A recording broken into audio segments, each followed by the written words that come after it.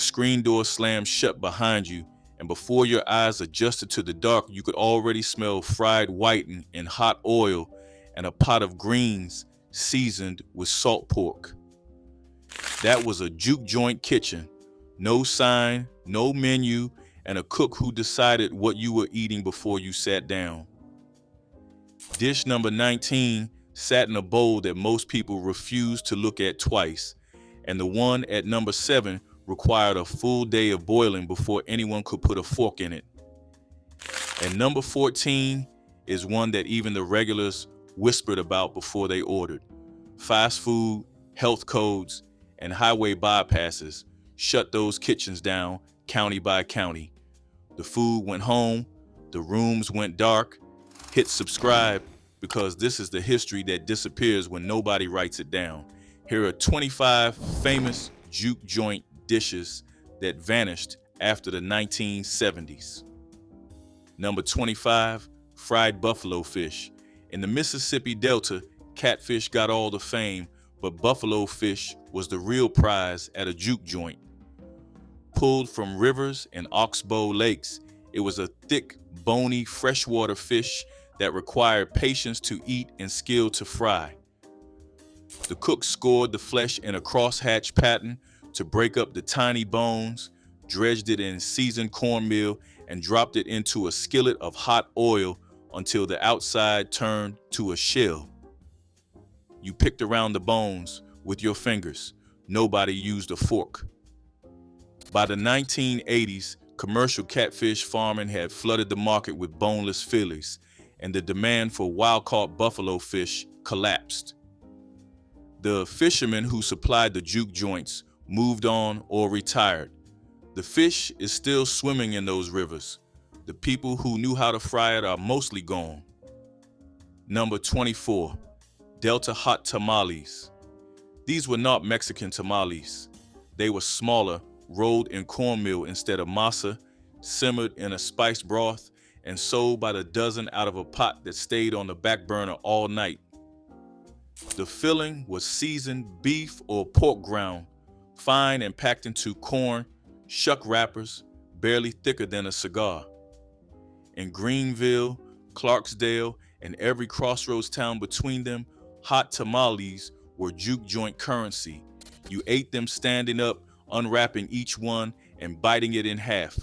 The broth soaked into the cornmeal and turned the whole thing into something soft and burning hot. When the Delta juke joints closed, a few tamale stands survived on their own. The rest vanished with the rooms that kept them warm. Number 23, fried whiting. Whiting was the juke joint fish you ordered when catfish was gone. It was cheaper, thinner, and fried faster, which made it the last thing a cook could put out before the oil cooled down for the night. The fish was dredged whole in seasoned cornmeal and fried until the tail curled and the skin crackled when you bit through it. A plate of fried whiting with hot sauce and 2 slices of white bread was a full meal for coins. Whiting was Atlantic coast fish, shipped frozen inland to towns that never saw the ocean. The bones were small enough to eat if you fried them hard, and most people did.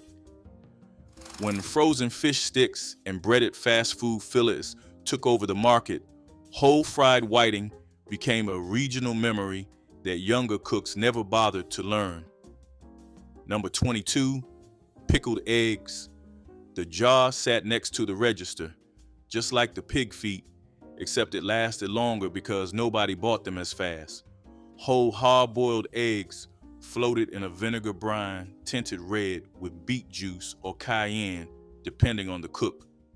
You pointed, the cook pulled one out with a slotted spoon, and you ate it whole or bit it in half over a paper napkin.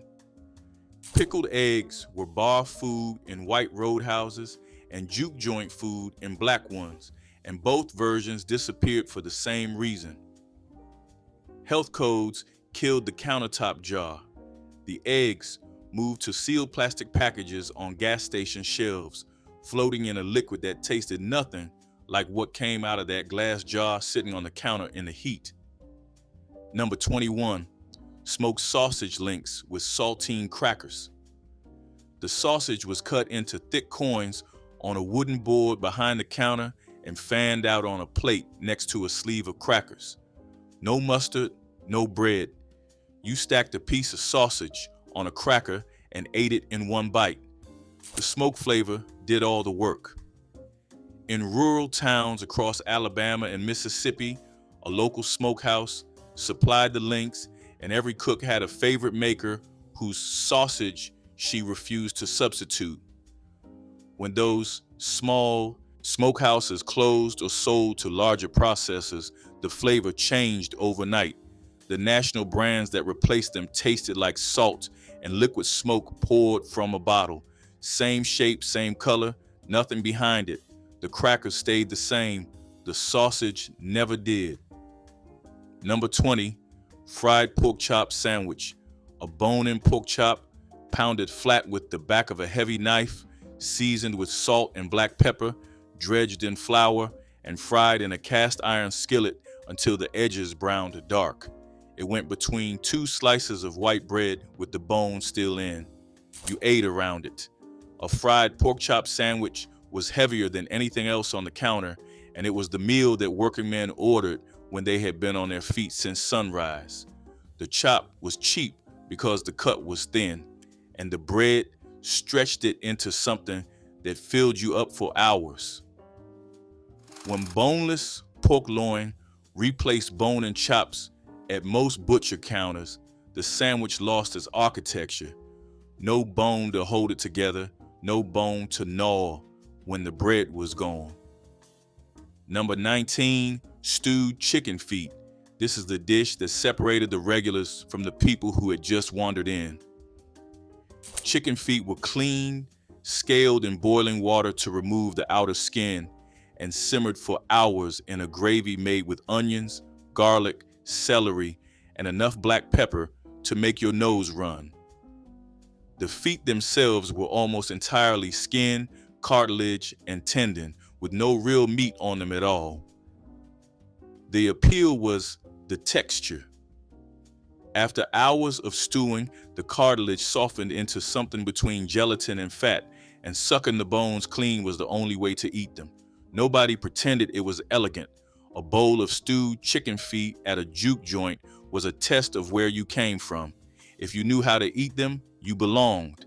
If you did not, nobody explained it to you. The dish cost almost nothing to make because chicken feet were throwaway parts that processors sold by the bag or gave away for free. Juke joint cooks turned waste into a meal that people craved, and the seasoning in that gravy was never the same twice. Some added a splash of vinegar at the end. Others dropped in a dried red pepper that floated on top like a warning. The smell alone divided the room. People who loved it leaned closer. People who did not move to the other end of the counter. When commercial poultry processing moved to automated plants in the 1970s and 1980s, the feet were sorted, frozen, and exported overseas in bulk rather than sold to local cooks by the bag. The cheap, easy supply dried up overnight. The stew disappeared from the counter, not because people stopped wanting it, but because the feet stopped showing up at the back door. The Juke joint was never supposed to exist. It grew out of Jim Crow, out of the plain fact that Black Southerners were locked out of restaurants, dance halls, and hotels, so they built their own. A front room cleared of furniture on a Friday afternoon, a porch with a tin roof and a bare bulb, a kitchen in the back with one woman running the stove from sundown until the last person left. The food was not a side attraction. It was the reason half the people walked through the door. You came for the music, but you stayed for the plate. And the cook who ran that kitchen answered to nobody. She decided the menu based on what she could get that morning. She set the price. She told you when the food was gone, and when it was gone, there was no second batch. Number 18, fresh cracklings, not the bags at the gas station. Fresh cracklings were rendered on site from strips of hog skin with the fat still attached, fried in their own grease until the skin puffed and turned golden brown. They came out of the pot hot, dusted with salt, and served in a brown paper bag. The crunch was louder than anything that comes out of a factory package. Every juke joint that processed its own hogs made cracklings as a byproduct, and they sold for almost nothing because they cost almost nothing to produce. When home hog processing died out in the rural South, fresh cracklings died with it. The bagged version that replaced them is a different food entirely. Same name on the label, no resemblance in the mouth. Number 17, crackling cornbread. This was not regular cornbread with cracklings thrown in. The cook folded fresh pork cracklings into the batter before pouring it into a scorching hot cast iron, steamed skillet greased with lard. The cracklings melted into the cornbread as it baked, leaving behind pockets of rendered fat and crispy skin that gave every bite a different texture.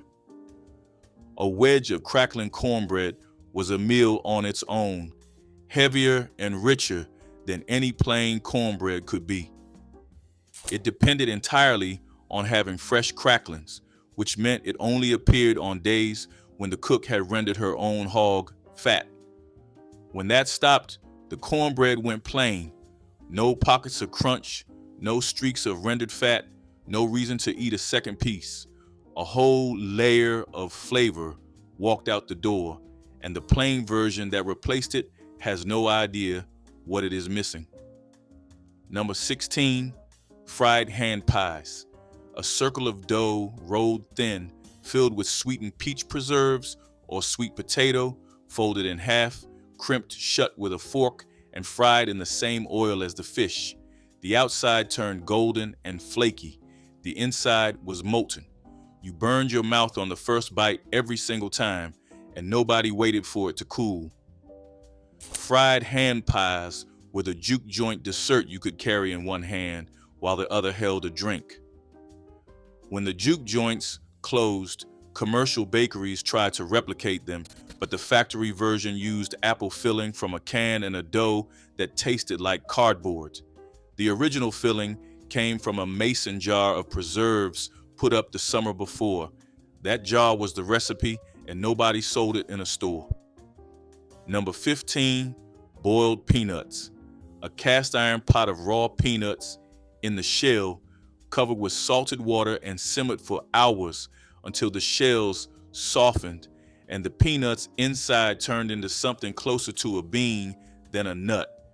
They were scooped out dripping wet and served in a cup or a brown paper bag that went translucent with brine. The salt hit your lips before the peanut hit your tongue. Boiled peanuts were porch food and counter food sold at juke joints alongside everything else as a snack between plates. In the rural South, the peanuts came from a local farmer or from the cook's own garden. When peanut farming consolidated and raw green peanuts became harder to find outside of harvest season, the year-round supply vanished. The boiled peanuts survived at roadside stands, but the juke joint pot went cold. Number 14, tripe stew. Tripe is the lining of a cow's stomach, and preparing it for the table was an all-day commitment that most cooks alive today have never attempted. The raw tripe was pale, rubbery, and had a smell that filled the kitchen long before the cooking started. Cleaning it required hours of scrubbing under cold water, then soaking in salt and vinegar to remove the odor. After that, the cook boiled it until tender, cut it into small squares, and simmered it with tomatoes, onions, bell pepper, garlic, and red pepper flakes until the pieces turned soft enough to cut with a spoon. The finished stew was thick, deeply seasoned, and rich in a way that no other cut of meat could deliver. Tripe stew was working food, the kind of dish that told you something about the cook before you ever met her. It showed up in juke joints across the South on cold nights, served over rice or with a wedge of cornbread to soak up the gravy. The people who ordered it knew exactly what they were eating, and they judged the cook by how clean the tripe tasted and how long she had let it simmer. A rushed batch was obvious.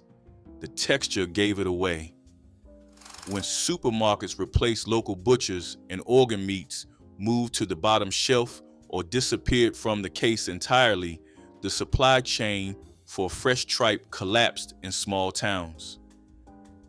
The dish required commitment that younger cooks were not willing to make, and an ingredient that their grocery store did not reliably carry.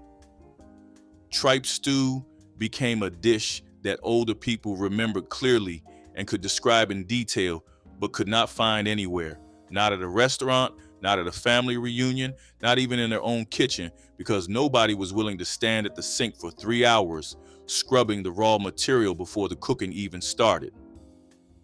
By the late 1970s, the Juke joints were closing faster than anyone counted.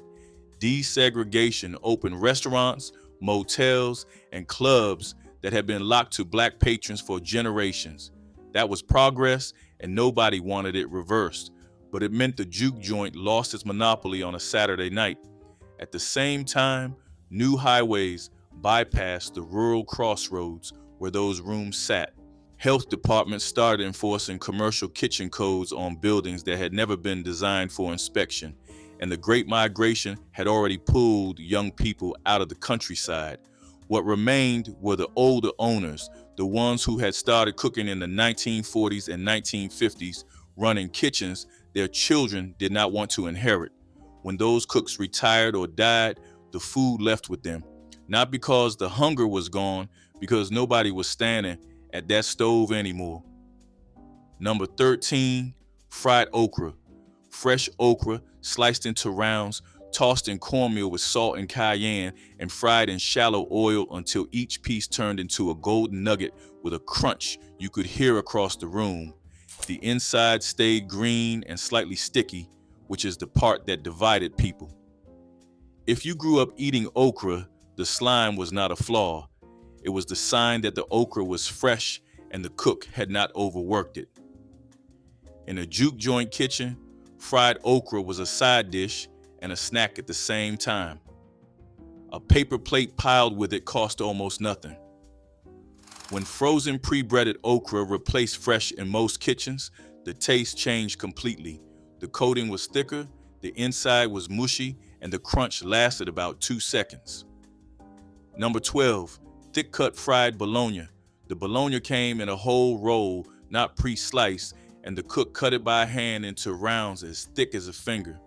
Each slice went into a hot skillet and fried until the edges curled up and the center puffed into a dome. The crust on the outside carried more flavor than the meat inside. It was served on white bread with mustard, sometimes with a raw onion slice, and it cost next to nothing. Fried bologna was the Juke joint equivalent of a hamburger, except it required no grinding, no shaping, and no grill. Just a knife, a skillet, and a roll of processed meat. The dish was never fancy and never pretended to be. It fed people who were hungry and did not have time to wait for a full plate. When the Juke joints closed, fried bologna moved to home kitchens and school lunches, where it stays to this day, just without the music. Number 11, salt pork with field greens. Before smoked turkey necks became the standard seasoning meat in a pot of greens, there was salt pork, a slab of pork belly cured in salt, sliced thick, and dropped into a pot of mustard greens, turnip greens, or collards hours before the rest of the cooking began. The salt pork seasoned the broth and melted into something you could eat alongside the greens, a piece of soft, salty fat that dissolved on the tongue. The broth left over after the greens were finished was the Potlikker, and in a Juke joint kitchen, that broth was saved and served in a cup or soaked up with cornbread. Dietary guidelines in the 1970s and 1980s turned public opinion against salt-cured pork fat. Turkey necks and smoked sausage took its place in the greens pot. The greens survived the switch. The original flavor did not make the trip. Number 10, sweet potato pie. Not pumpkin pie with a different label. Sweet potato pie in a Juke joint kitchen started with roasted sweet potatoes, peeled and mashed by hand, mixed with butter, eggs, nutmeg, and cane sugar, then poured into a crust made from scratch with lard. The filling was denser and darker than any commercial version, and the spice level depended on the cook's hand. A whole pie sat on the counter under a glass dome or a sheet of wax paper, sold by the slice, and it was gone before midnight. The crust held up because it was made with animal fat, not vegetable shortening. When lard fell out of favor and store-bought pie crust took its place, the texture changed. The filling got sweeter. The sweet potato itself became an afterthought. Number 9, fried chicken wings. Long before buffalo sauce and chain restaurants turned the wing into a franchise product, Juke joint cooks were frying them because they were the cheapest part of the bird. Wings were seasoned with salt, pepper, garlic powder, and a pinch of cayenne, dredged in flour and fried in the same oil as everything else. The skin came out thin and shattering, and the meat underneath was dark, juicy, and gone in 3 bites.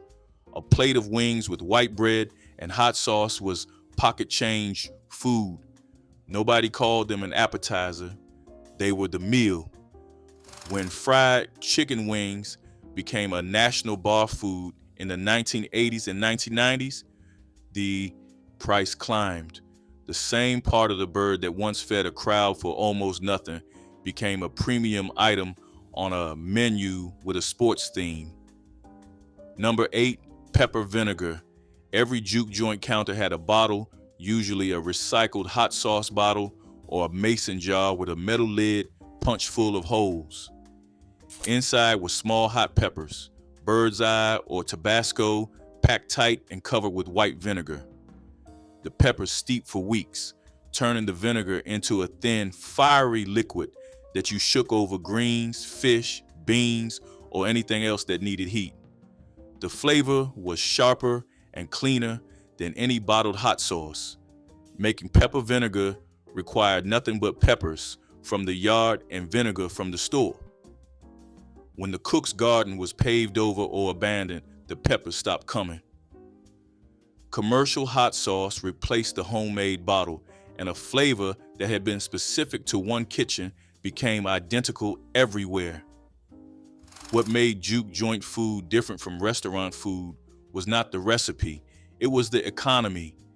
Every dish on this list was built from the cheapest ingredient available, the parts of the animal that nobody else wanted, the vegetables that grew without attention, the grains that cost pennies by the pound. The cook's entire skill was not in what she could afford to buy, but in what she refused to let go to waste. A pig skull became a meal. A bag of chicken feet became a stew. Stale bread became dessert.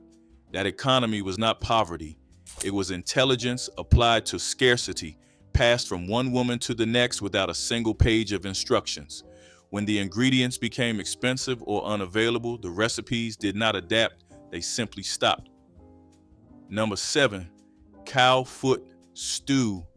This one required commitment that most people today cannot imagine. A cow foot, split by the butcher, was soaked overnight in cold water, then boiled for hours until the connective tissue broke down and the broth turned thick and sticky with natural gelatin. The cook added butter beans, potatoes, onions, garlic, thyme, and hot pepper, and let the whole pot simmer until the meat fell away from the bone and the vegetables dissolved into the broth. The texture of the cow foot itself was unlike any other cut. The skin was soft and gelatinous. The tendons turned silky. The marrow in the center of the bone melted into the broth. It was not a food you could eat quickly or politely. You gnawed the bone, you sucked the marrow, and you used bread to clean the bowl. In Juke joints across the Deep South, cow foot stew was a cold weather dish served from a single large pot. The cook ladled it into bowls and charged by the serving. The stew fed more people per dollar than almost anything else she could make, because the cow foot itself was a discard cut that the slaughterhouse practically gave away. Making it required no skill beyond patience. You let the pot do the work. When local slaughterhouses closed and beef processing centralized, cow feet became difficult to source in small towns. The cut was shipped overseas or rendered into gelatin for industrial use rather than sold retail. A dish that had fed juke joint crowds for decades disappeared not because anyone stopped wanting it, but because the raw ingredient left the building. The people who remember the taste can describe it precisely. Thick, sticky, warming from the inside with a richness that no boneless cut of beef can replicate.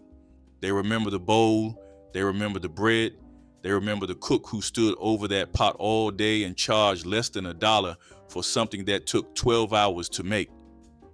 Number 6, molasses stacked cake.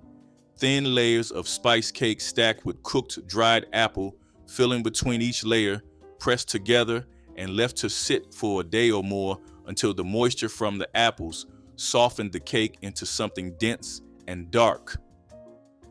The molasses in the batter gave it a color close to gingerbread and a bittersweet taste that no white sugar could replicate. Stacked cake was Appalachian in origin, but it crossed over into juke joints in the hill country of northern Mississippi and Alabama, where mountain and delta traditions met. A whole cake lasted a weekend behind the counter. Each slice revealed the layers like rings in a tree. When refined sugar replaced molasses as the default sweetener, the cake lost its backbone. The dried apple filling was replaced by canned pie filling, and the patience required. To let it sit for 2 days was the first thing to go. Number 5, red rice with smoked sausage. Red rice was a one-pot dish built on a base of tomatoes cooked down until they stained every grain. The cook browned, sliced smoked sausage in the pot first, then added onion, bell pepper, garlic, and canned tomatoes before stirring in the rice and covering it to steam. The finished dish was red, smoky, and slightly sticky, with pieces of sausage scattered through every serving. In the low country of South Carolina and Georgia, red rice was a foundation dish, served at every gathering from a baptism to a Saturday night juke joint. It traveled west along the Gulf Coast and showed up in kitchens from Mobile to Houston. When instant rice replaced long grain in most home kitchens, the texture collapsed. The one-pot method required patience and attention that a box of instant rice did not.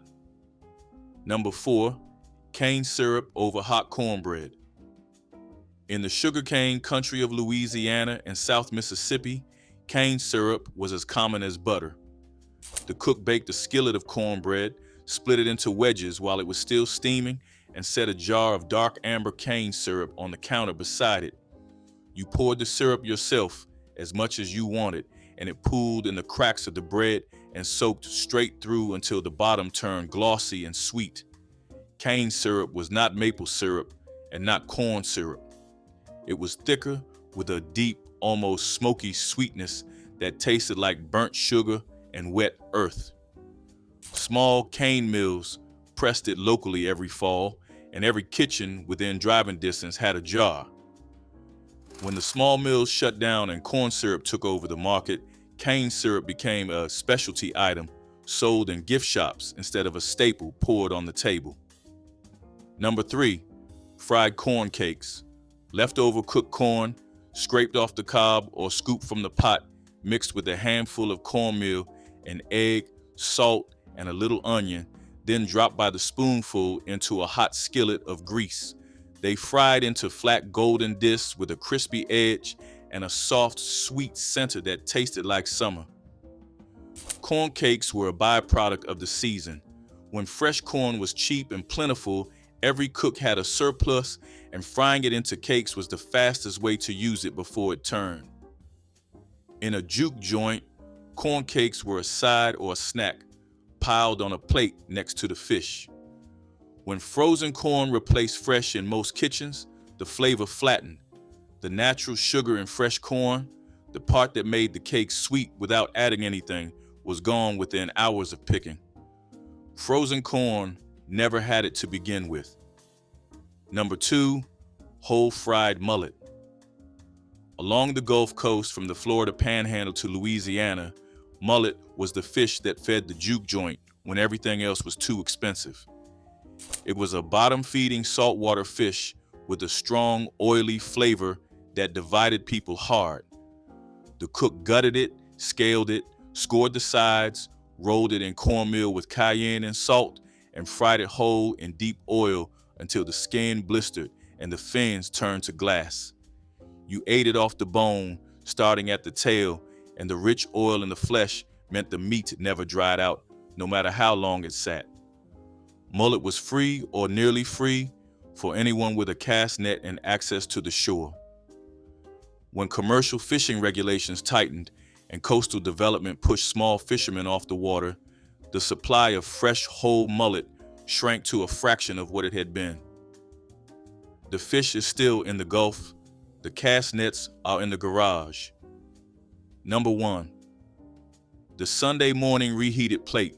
After the music stopped and the last patron left and the cook scraped down the stove, everything that remained went into the icebox. On Sunday morning before church, she pulled it all back out. The leftover fried fish, the last scoop of greens, a wedge of cornbread gone cold, a spoonful of whatever stew had not sold. She reheated it on the same burner that had run all night and assembled a plate for herself, her children, or the neighbor who knocked on the back door before service. That plate had no name, nobody ordered it. It was the meal made from what the room left behind, assembled by the only person who knew what was worth saving. When the last of those kitchens closed in the 1980s and 1990s, the Saturday night food became the story people told. The Sunday morning plate, the one nobody saw, vanished without a witness. Not one of those dishes came with a written recipe. They came from a woman who measured with her palm and tested the oil with a drop of water. That knowledge lived in her hands, not on a page. Number 20, pan-fried pork chops. The pork chop was the backbone of a Saturday night juke joint plate, not a thick-cut chop from a butcher counter. A thin, bone-in chop, pounded flat with the side of a cleaver, seasoned with salt, black pepper, and garlic powder, dredged through flour, and fried in a cast-iron skillet with enough lard to come halfway up the side, the edges crisped until they curled. The bone stuck out past the plate. 2 chops, a scoop of rice, and a ladle of gravy made a plate that held a man through a night of dancing and drinking. Nobody sat down to eat in most joints. You stood at the counter, ate fast, and went back to the floor. The chops were cooked in batches, and when they were gone, they were gone. No second round. Here's something worth saying out loud. The Mississippi juke joint was never a business in the way most people understand that word. There was no lease, no health inspection, no liquor license.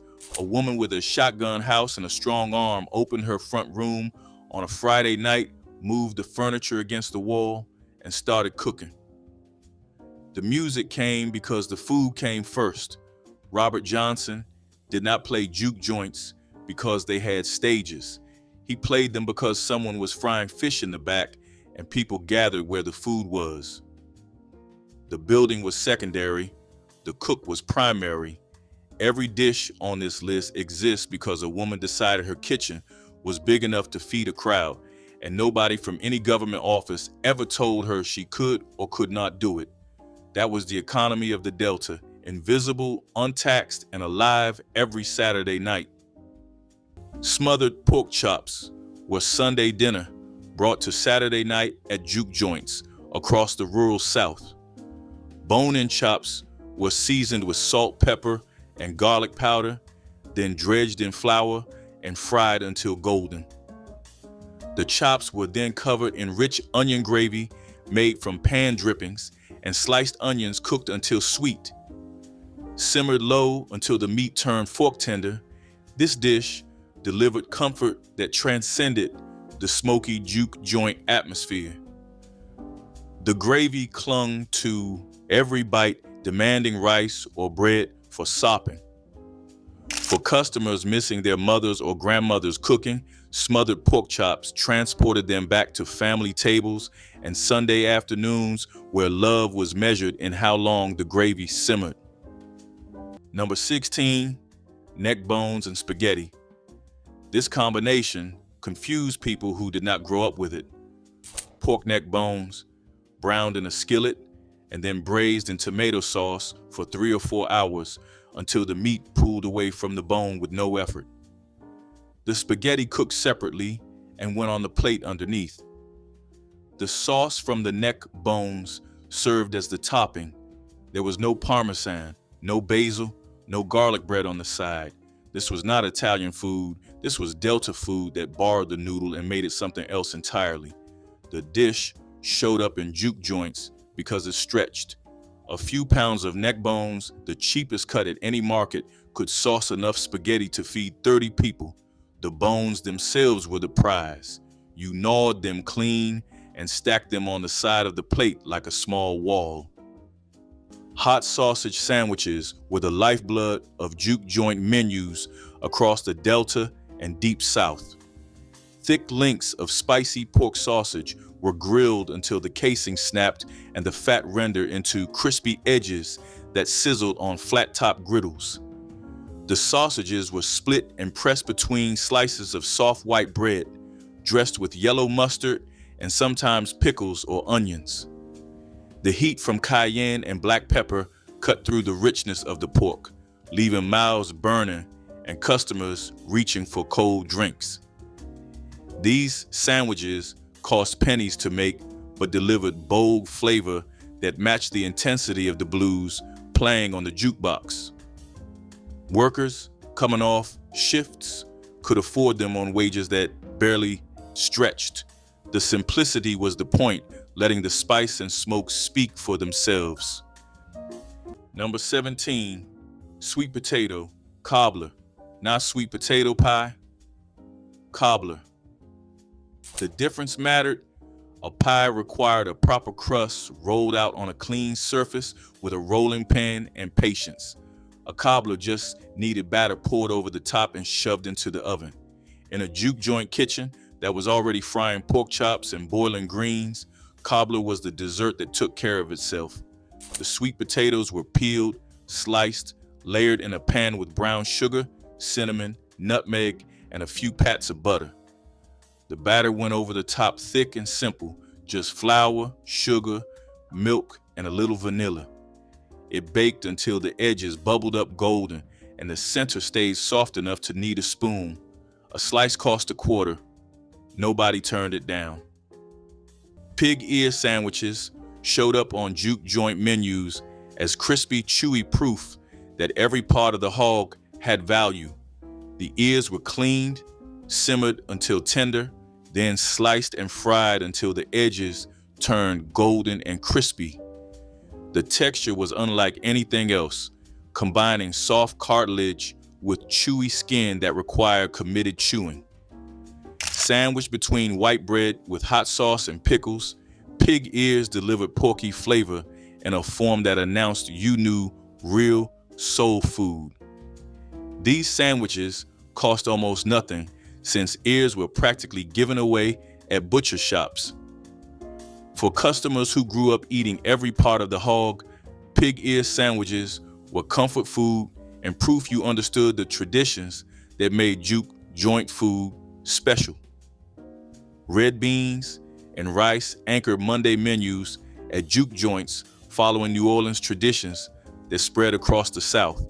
Dried kidney beans were soaked overnight, then simmered for hours with ham hocks, onions, celery, and bell peppers until they broke down into creamy, smoky goodness. Served over long grain rice that absorbed the rich bean broth, this dish stretched one pot into enough food for dozens. Monday was the traditional day for red beans, born from letting beans simmer while doing laundry. Juke joints kept the tradition alive, offering plates that cost little but delivered complete protein and deep satisfaction. The smoky pork flavor, married with earthy beans, created something greater than humble ingredients suggested. For transplanted Southerners, this was home. Number 22, fried dill pickles. The origin story has been claimed by a dozen places, but the oldest credible account points to the Hollywood Cafe in Robinsonville, Tunica County, where the kitchen started battering and frying dill pickle slices in 1969. The idea was simple enough that it spread through every roadhouse and juke joint within 100 miles inside a decade. You slice the pickles thin, dredge them in seasoned flour, sometimes cornmeal, and drop them into the fryer beside whatever fish was going that night. The acid of the pickle cut through the heaviness of everything else on the plate. That was the trick. In a kitchen built around lard and salt, the fried pickle was the only thing with bite. They cost almost nothing to make, and the cook lost nothing if they did not sell. Fried gizzards were the overlooked treasure that juke joint regulars ordered by the bag or plate. These muscular organs from chickens were cleaned, boiled until tender, then dredged in seasoned flour and fried until the coating shattered with each bite. The texture inside was dense and meaty, unlike any other part of the bird, requiring serious chewing that made the eating last.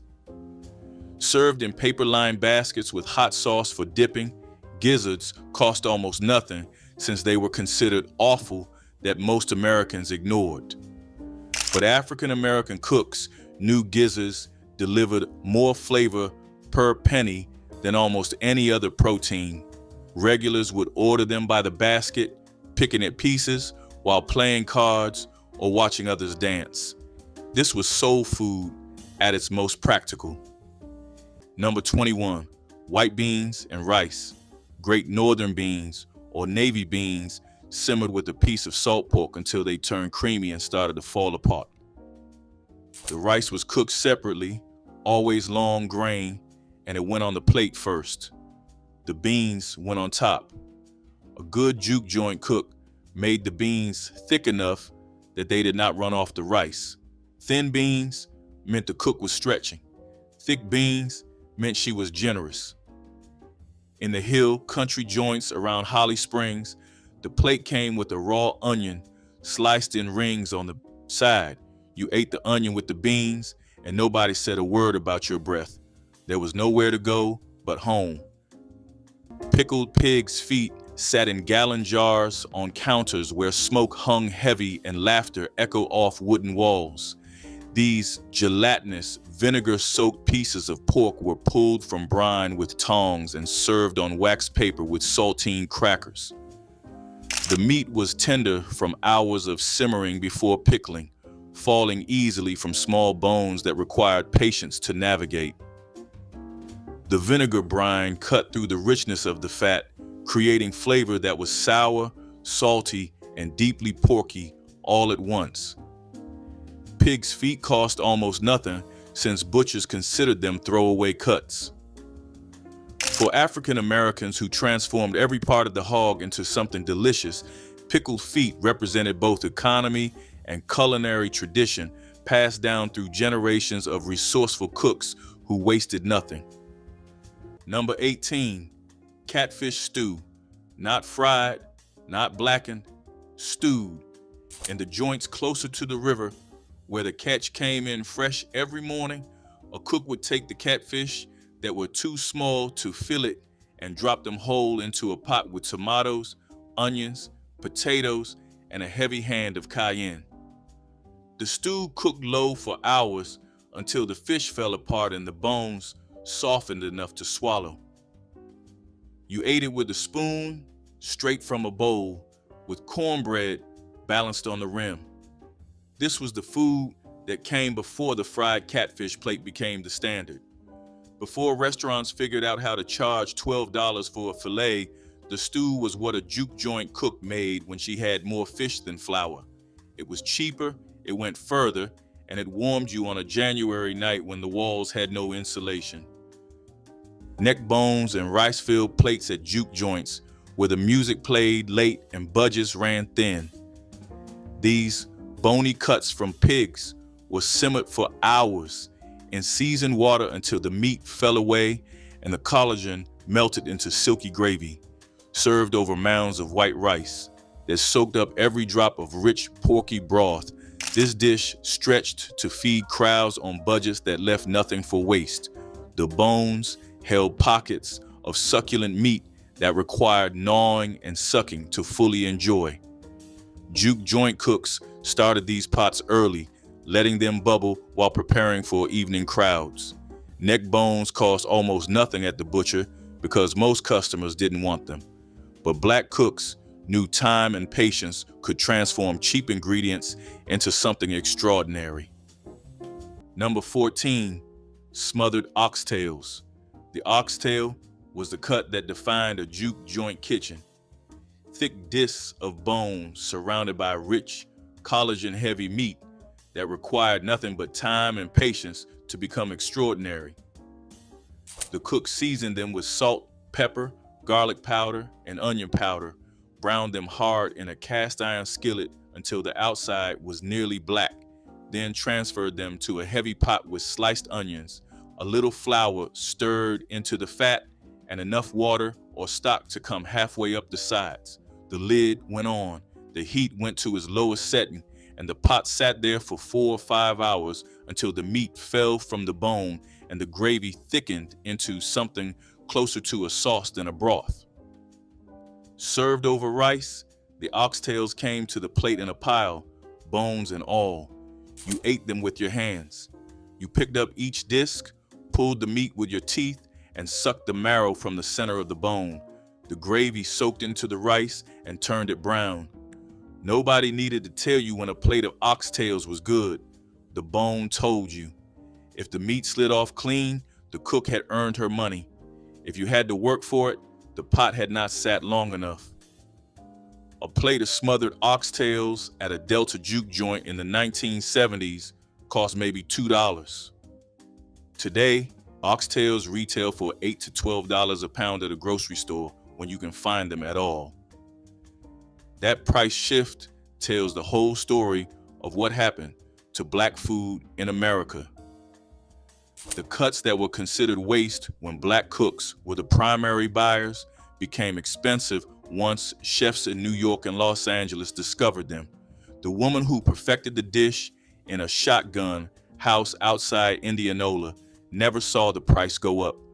By the time oxtails became fashionable, her kitchen was already dark. Crackling bread appeared on juke joint tables as the perfect companion to plates of greens and beans. Made from cornmeal batter studded with crispy pork cracklings, this bread carried smoky, salty richness in every bite. The cracklings were rendered from pork skin and fat until golden and crunchy, then folded into the batter before baking in cast iron.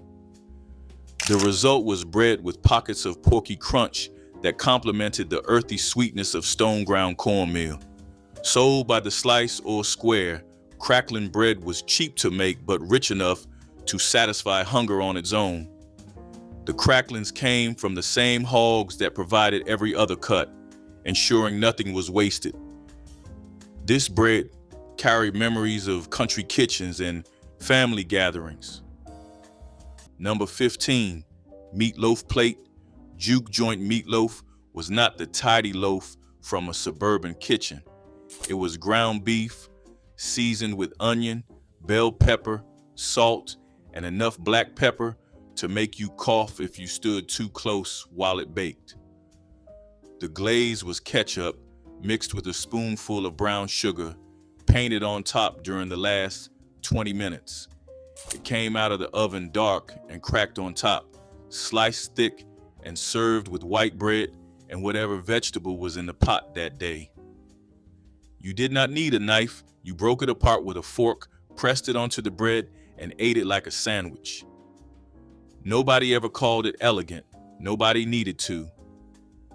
Here is the uncomfortable truth the grocery industry does not advertise.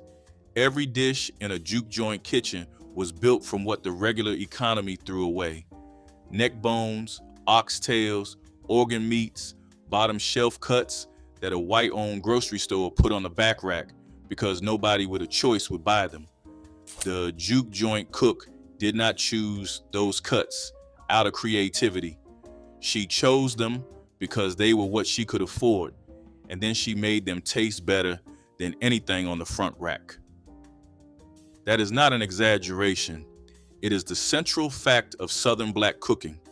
The skill required to turn a neck bone into something worth fighting over is greater than the skill required to grill a ribeye. The Delta knew this. The rest of the country is only now beginning to understand it, and the women who did the work never saw a dollar of the credit. Try frying a whole fish this week, bone-in, cornmeal only. Make a pot of greens with salt pork and save the broth. See if the taste calls something back. Drop the one dish your family kept alive after the Juke joint down the road went dark. The smoke is gone. The skillet is still here,